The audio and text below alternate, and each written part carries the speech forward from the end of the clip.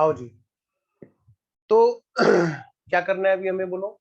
अब हमें करनी है इससे आगे की बात, क्या, क्वेश्चंस की प्रैक्टिस स्टडी मॉड्यूल से।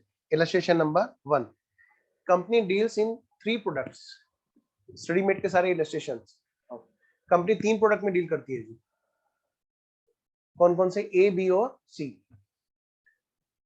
विच are neither similar nor interchangeable, यानी कि सिमिलर और इंटरचेंजेबल नहीं है, यानी कि इसका मतलब स्पेसिफिक कॉस्ट मेथड है। अगर सिमिलर इंटरचेंजेबल होंगे तो उनकी कॉस्ट में फर्क क्या पड़ेगा? बस इतना सा, फीफो या वेटेड एवरेज यूज करेंगे, बस इतना सा फर्क पड़ता है। एनीवेज, खैर हमें यहाँ पे क्वेश्चन निकाल के दे रखिए, तो हमारे को तो कोई फर्क नहीं पड़ेगा चाहे वो इंटरचेंजेबल है या नहीं है, क्वेश्चन में साफ साफ कॉस्ट निकाल के दे रखी है। Company deals in 3 products A, B और सी, कह रहे which are neither similar nor interchangeable.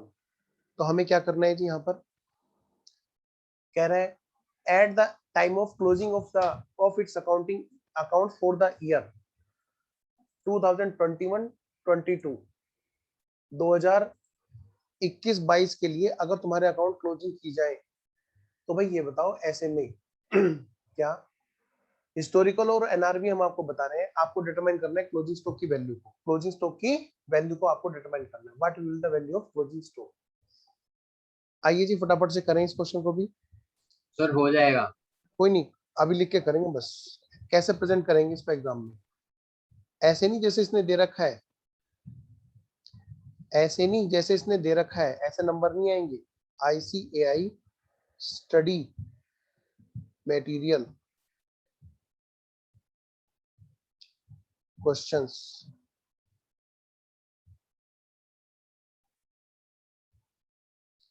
देखो इलस्ट्रेशन नंबर 1, प्रेजेंट कैसे करोगे एग्जाम में? हो तो तुम पे सारे हो जाएंगे, ध्यान रखना कोई भी क्वेश्चन ऐसा नहीं है जो तुम नहीं कर सकते हो, और आज से नहीं परसों से सर जब हमने करना इसमें पहले लिखेंगे सच प्रॉब्लम इज रिलेटेड लिखो, टू और AS2 बिल्कुल इन्वेंटरी वैल्यूएशन। बिल्कुल लिखो जल्दी से। Such problem is related to accounting standard 2 inventory valuation. ये प्रॉब्लम अकाउंटिंग स्टैंडर्ड 2 से बिलोंग करती है, इन्वेंट्री वैल्यूएशन जिसका नाम है। और इस प्रॉब्लम के अंदर जो प्रोविजन लगेंगे वो क्या प्रोविजन लगेंगे, AS2 वाले, वो हमें यहाँ पे बता देते हैं। इसमें वो inventory of finish goods is valued at lower of very cost on good, NRB. ये हुई ना बात। एज पर AS2, देखो finish goods is valued at lower of cost और एनआरबी। जब नंबर नहीं आते तो बच्चे बड़े परेशान होते हैं, वो क्या करते हैं, बस लोअर करके चले आते हैं, बस एक टेबल बनाई, लोअर करके दे दिया, ले ये ले पकड़, ले पकड़, ले पकड़, उसको परोस के देना है, नंबर खींचने छीनने उससे। तो प्रेजेंटेशन भी वैसी ही चाहिए कि आदमी काट ही ना सके नंबर। पहले हमने बता दिया कि ये कौन से अकाउंटिंग से बिलोंग करती है, फिर हमने बता दिया ये इसका प्रोविजन कौन सा लग रहा है इसके अंदर, फिर लगा दिया in the given case, in the given case.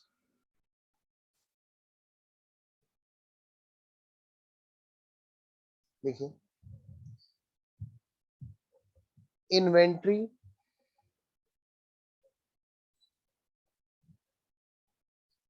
will be valued as under, inventory को वैल्यूएशन किया जाएगा एज अंडर A, B और C, 3 प्रोडक्ट है, कॉस्ट, NRV,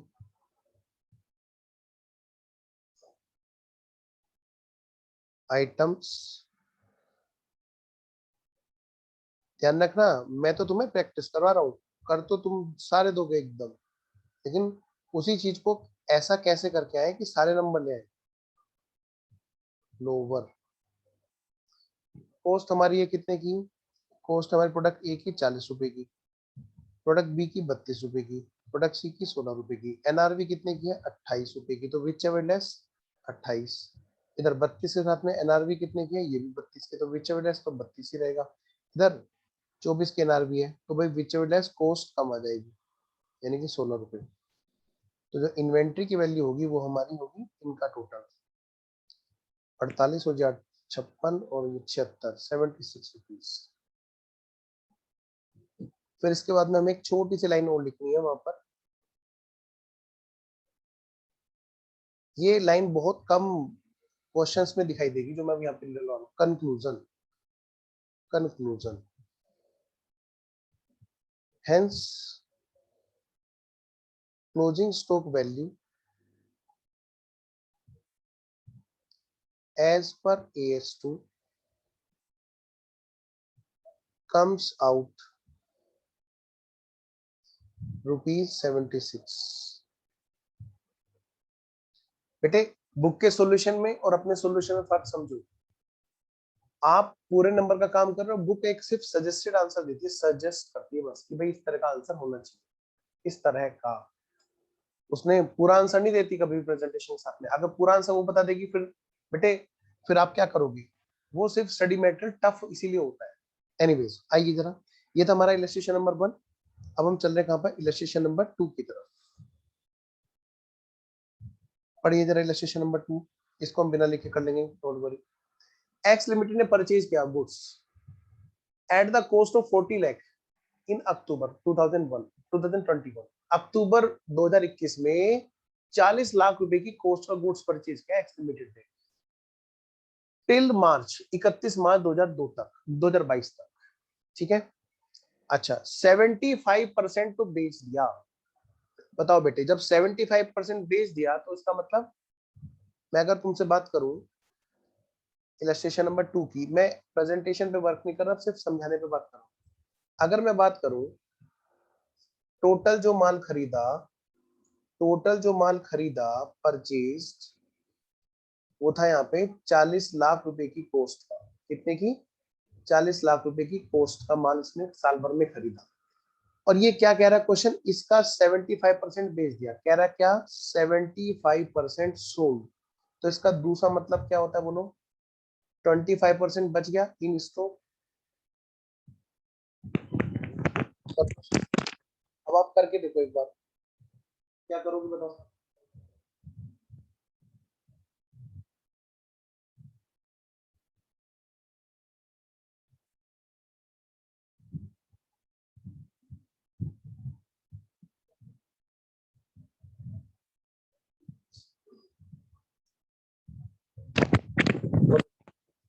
क्या कहते हैं, company wants to disclose closing stock at 10 lakh rupees. Company कह रही है भैया हम 10 लाख पे दिखाना चाहते हैं। क्या मतलब है इसका कहने का? देखो जरा ध्यान से भाई, 40 लाख की कोस्ट का टोटल स्टॉक था।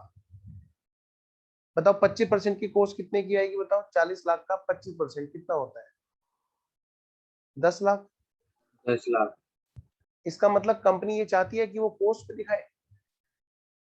क्वेश्चन देखो क्या कहा, company the company wants to disclose closing stock at ₹10 lakh. इसका मतलब कंपनी 10 लाख रुपए की कोस्ट पे दिखाना चाहती है, और जबकि उसकी एक्सपेक्टेड सेल वैल्यू क्या है?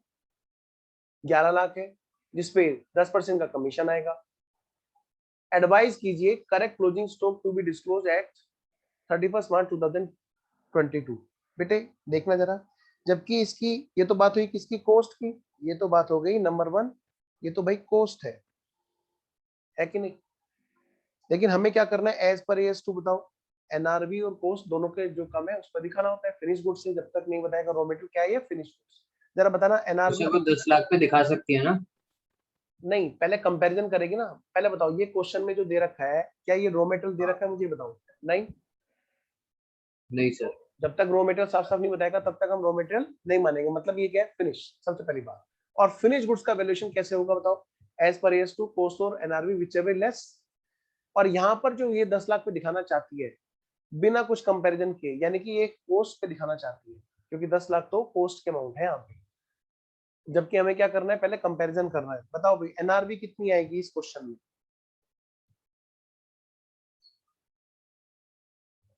भाई 11 लाख की एक्सपेक्टेड सेल्स वैल्यू है और बेचने में कमीशन खर्च होगा हमारा 10% का। फिर 9,90,000। शाबाश बेटे, यानी कि एस्टिमेटेड सेल्स प्राइस है बेटा कितना, 11 लाख का, और इसमें से घटा दो, क्या घटा दो बोलो बेटे, एस्टिमेटेड, एक ये बंद हो गया, मैं खोल रहा हूं इसको,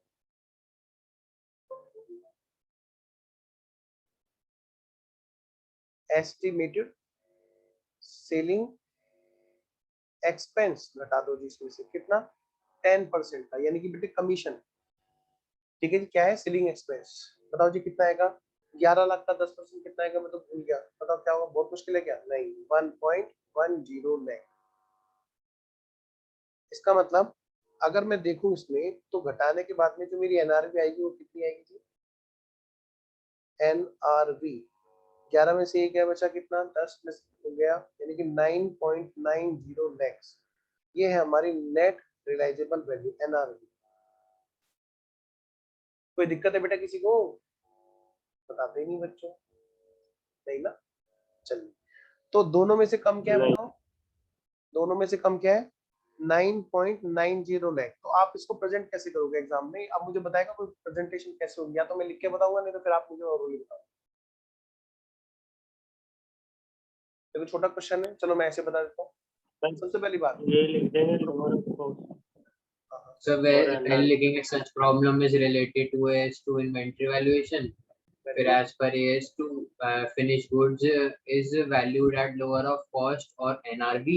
In the given case, inventories is valued at lower of cost or NRV. फिर सर दिखाएंगे cost and NRV और फिर conclusion दे देंगे सर।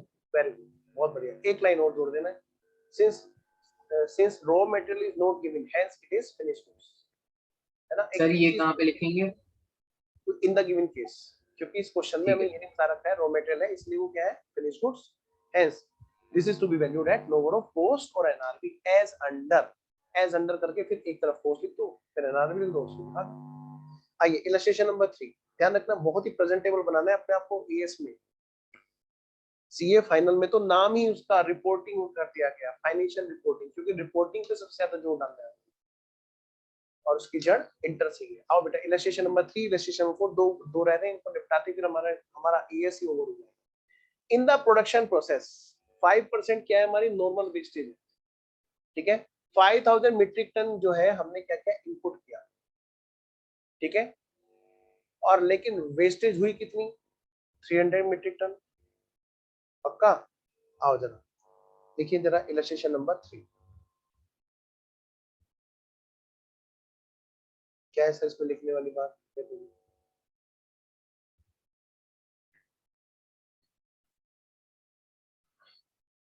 भाई, टोटल जो इनपुट होता है उसका, सर हाँ बेटा, तो ऐसा क्वेश्चन आपने करवा रखा है। अच्छा बेटा कोई नहीं, मुझे तो स्टडी मैटर भी कराना है ना, मैं तो सारे क्वेश्चन करवाता हूँ ओके। 5% क्या होता है बेटे, नॉर्मल लॉस, इसका मतलब 95% क्या होता है, नॉर्मल आउटपुट होता है, क्या होता है, नॉर्मल आउटपुट या एक्सपेक्टेड प्रोडक्शन। भाई वीडियो ऑन करो भाई, ऐसे नहीं समय, आओ जी। सर ये अब बार ये बार देखो, कट रही है सर आपकी वो फिर।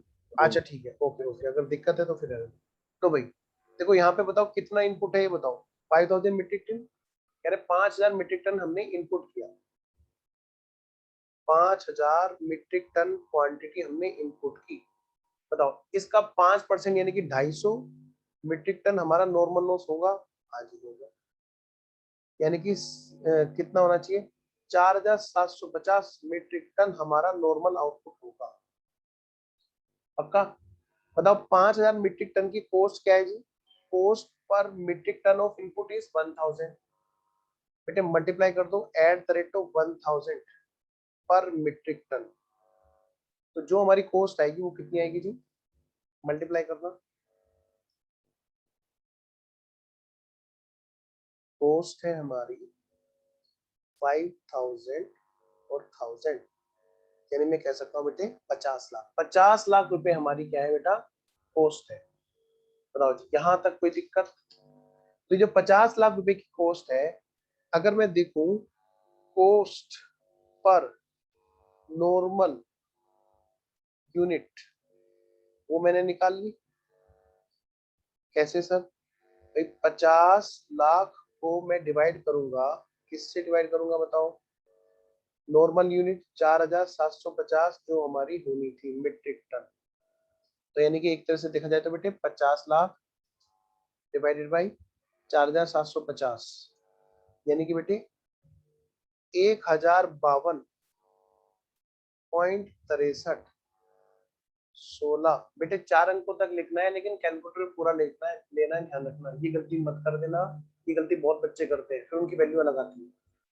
ठीक है, ये पर मीट्रिक टन का हमारा क्या गया, रेट आ गया। पर ध्यान रखना मैंने कैलकुलेटर में फिगर पूरी डाल रखी है, लिख भले में 4 अंकों तक रहा। अच्छा सर अब बताओ क्या होगा? अब होगा ये बेटा कि अब हमें निकालनी होगी कुछ चीजें जो क्वेश्चन हमसे पूछ रहा है। क्या क्वेश्चन पूछ रहा है? The entire quantity of waste. देखो पहले बताओ वेस्ट कितना हुआ? 300। अरे यानी कि इसका मतलब 50 क्या हुआ हमारा? एबनॉर्मल। भाई 250 तक नॉर्मल होता है। और टोटल कितना वेस्ट हुआ? बोलो बोलो, टोटल कितना वेस्ट हुआ? 300। तो यानी कि इसका मतलब क्या है बेटा? एक 50 जो है, abnormal। हाँ एबनॉर्मल, एबनॉर्मल जो कोस्ट है हमारी वो कितने की है? 50 क्वांटिटी वाली कोस्ट हमारी एबनॉर्मल है।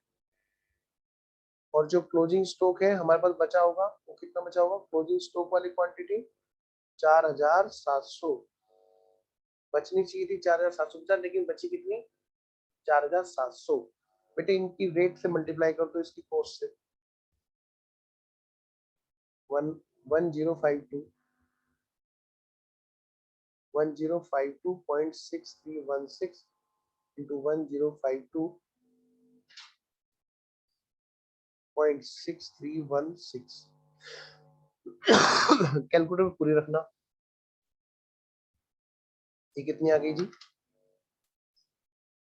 ये आ गई हमारी 4947368 और ये हमारी आ गई 52632। इन दोनों का टोटल कर लो तो यही आ जाएगी हमारी। चलो मैं आगे।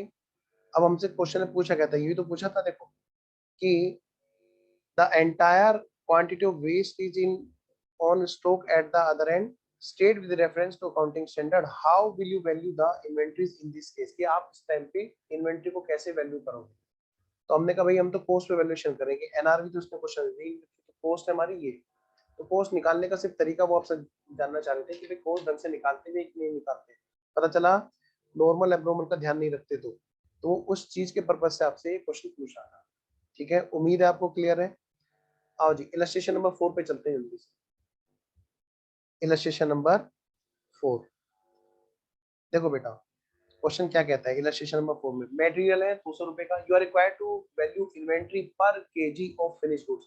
कह रहे 1 किलो फिनिश गुड्स की कॉस्ट क्या आएगी ये बता दो। डायरेक्ट मटेरियल दे दिया, डायरेक्ट लेबर दे दिया, डायरेक्ट एक्सपेंस दे दिया। यहाँ पे बोल दिया इसने डायरेक्ट, वरना हम ओवरहेड्स को क्या मानते हैं? इनडायरेक्ट। कह रहे फिक्स प्रोडक्शन चार्ज जो है साल भर का वो कितना है? नॉर्मल कैपेसिटी है 2 लाख की, 2 लाख केजी प्रोड्यूस करने की कैपेसिटी है।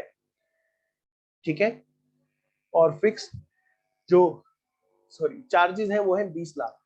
4000 केजी जो है फिनिश गुड्स का ईयर एंड पर स्टॉक है। तो आपसे उस 4000 क्वांटिटी की वैल्यू निकालना चाहते हैं, कॉस्ट निकालवाना चाहते हैं। बेटा मैं सीधा यहाँ पे काम की बात करूँ प्रेजेंटेशन को छोड़ के, वरना हमें सब चीजें मेंटेन करनी होगी। ये AS2 को बिलोंग करता है, कॉस्ट में ये चीजें शामिल होती है वगैरह वगैरह।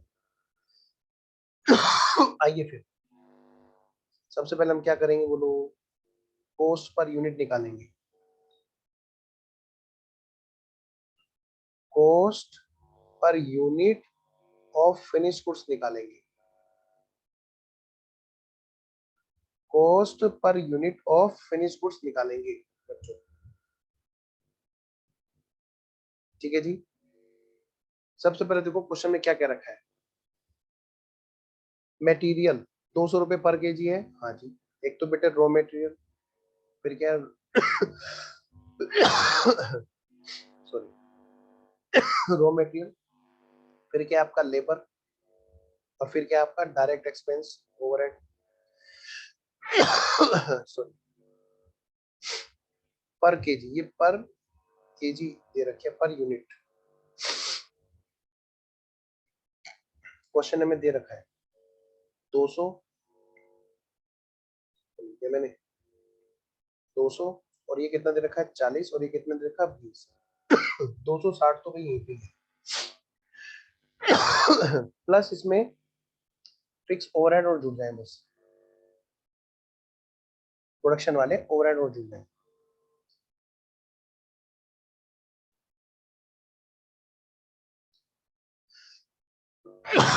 मम्मी ये कैसे होगा बेटा? कितने के कॉस्ट है साल भर के? 2 लाख रुपए की अमाउंट है, सॉरी 20 लाख की, 20 लाख रुपए की अमाउंट है और एक्सपेक्टेड प्रोडक्शन कितने का है? 2 लाख रुपए का। एक्चुअल प्रोडक्शन दे नहीं रखा कि हम हायर करें, इसका मतलब रिकवरी रेट हमारा उसी पे आएगा 2 लाख पे, यानी कि 10 रुपए पर केजी पर यूनिट। कितना हो गया जी?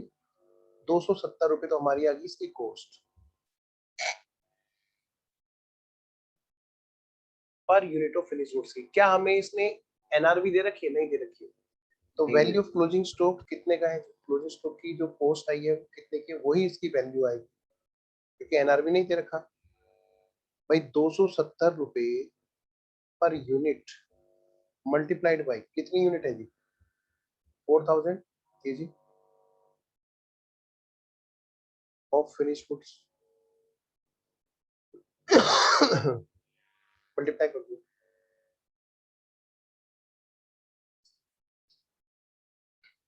10,80,000। 10,80,000। सर इसमें जब हम प्रेजेंटेशन करेंगे तो हम in the as per AS2 में ये लिखेंगे ना कि वही finish goods is valued at lower of cost on NRV। बिल्कुल। और फिर यहाँ पर और लेकिन जब फिर से इन द गिवन केस में लिख देंगे कि नहीं, एक और चीज लिखेंगे, कॉस्ट का पार्ट होती है ये चीजें जो भी वहां पर उसको ब्रिंग करने के लिए आई है, और उसमें रिकवरी रेट हम डिवाइड करके निकालेंगे, क्योंकि यहाँ पे क्वेश्चन में पॉइंट जो जिस चीज का है ना वो वाला हमारा प्रोविजन जरूर हमेशा हो जाना चाहिए। ठीक है। फिर इन द गिवन केस तो तुम कर ही लोगे। आइए जी एक लास्ट क्वेश्चन इस अकाउंटिंग स्टैंडर्ड का, वो भी निपटा लेते हैं जी। वो है हमारा इलस्ट्रेशन नंबर 5 इस चैप्टर का बेटा लास्ट क्वेश्चन है। पढ़िए। On 31st March 2021, in business firm find the cost of partly finished goods। क्या कहा बेटा? partly finished goods, मतलब मैं कह सकता हूँ WIP। ठीक है। On that date कितने रुपए का है जी WIP? 530 रुपए का। तो 530 रुपए क्या है उसकी एक तरह से देखना जरा, इलस्ट्रेशन नंबर 5। तो मैं प्रेजेंटेशन पे नहीं ध्यान दे रहा हूँ। WIP की हमें क्या बता रखी है बेटे? कॉस्ट बता रखी है। क्या बता रखी है बोलो? कॉस्ट बता रखी है। कितना है? 530 रुपए। दोबारा पढ़ो। On 31 March 2021 A business firm find that the cost of partly, underline करो कॉस्ट ऑफ, अंडरलाइन करो पार्टली फिनिश यानी WIP, यानी कि cost of work in progress बता रखी है 530 रुपए। The unit can be finish, अगर करना चाहे तो यूनिट बन सकती है। एडिशनल खर्चे होंगे कितने के? 310 के। द फिनिश यूनिट जब फिनिश हो जाएगी तो ये बिकेगी कितने की? 750 की। सब्जेक्ट टू पेमेंट 4% का उसमें सेलिंग कमीशन होगा। ठीक है ना। फर्म आपसे पूछ रही है regarding the amount at which, firm पूछ रही है कि बताओ इन WIP को हम किस वैल्यू पर हम रिकॉर्ड करें। एज्यूमिंग कि partly finish goods can not be sold in semi finish good, ये मानते हुए कि सेमी फिनिश गुड्स, अगर हम सेमी फिनिश गुड्स की तरह वर्क इन प्रोग्रेस को वर्क इन प्रोग्रेस की तरह हम सेल करें उसी स्टेज पर, तो भाई जीरो मिलेंगे, फिर कुछ नहीं मिलेंगे। यानी बेचना होगा तो पूरा करके बेचना होगा। तो आपसे जो क्वेश्चन कह रहा है वो क्या कह रहा है? कॉस्ट तो हमने आपको बता दी है ना, नंबर 1। और आपको अब क्या बता रहे हैं बोलो बेटे? एनआरवी निकालने का तरीका, कि एनआरवी तुम खुद निकाल दो फिर कंपैरिजन कर दो, फिर बता देना क्वेश्चन को कि भाई वैल्यूएशन किस पे होगा। एनआरवी कैसे आएगी जी उसके बारे में बता रहा है कि अगर हम बेचेंगे तो एस्टिमेटेडली कितने बिक जाएगा? 750 पे बिक जाएगा माइनस सेल्स कमीशन कितने का है इसका, कि बेचने में जो खर्चा होगा वो होगा जी 4%। लगाना बेटे 750 का 4% कितना होता है? 30 रुपए। तो भाई 720 रुपए हमारे हाथ में आएंगे नेट। लेकिन लेकिन लेकिन ये जो है इसमें प्रोड्यूस करने में फर्दर कंप्लीशन एक्सपेंस भी खर्च होंगे, क्योंकि बिना उसके तो ये इतने में सेल होने से रहा होगा, तो फिनिश होके होगा। फर्दर कंप्लीशन करने में जो खर्चे आएंगे वो आएंगे 310। तो कुल मिलाकर के बात ये है कि कितने में स्टॉक वैल्यूएशन होगा 720 माइनस 310, एनआरबी हमारे इसकी क्या होगी 410। तो क्वेश्चन आपसे ये पूछ रहा है कि बताओ भाई उसको हमें किस वैल्यू पर वैल्यूएशन करना चाहिए। आप क्या कहोगे भैया, सबसे पहली बात अकाउंटिंग स्टैंडर्ड 2 से बिलोंग करती है प्रॉब्लम।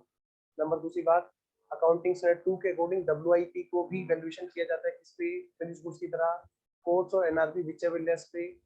फिर आएगी बात इन द गिवन केस, इस वाले केस में क्या है कि इस वाले केस में क्वेश्चन ने हमें कोर्स बता रखी है 530 की। इस वाले क्वेश्चन में एनआरबी कितने की है, as under, NRV will be calculated as under.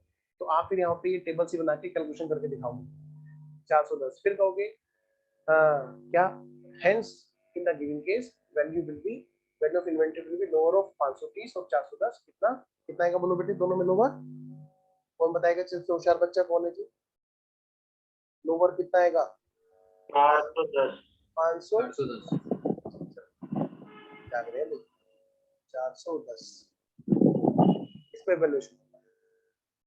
ठीक है जी, तो ये था हमारा अकाउंटिंग स्टैंडर्ड 2। और अकाउंटिंग स्टैंडर्ड 2 के बाद में अब हम क्लास ओवर करेंगे। ठीक है, तो हम नेक्स्ट क्लास में करेंगे जी अगला अकाउंटिंग स्टैंडर्ड। तो आज की हमारी क्लास यहाँ पे ओवर है जी। रिकॉर्डिंग के हिसाब से मैं कौन सा क्लास को सर, अगला कौन सा है? बताऊँ, रिकॉर्डिंग के हिसाब से मैं क्लास को ओवर कर रहा हूँ।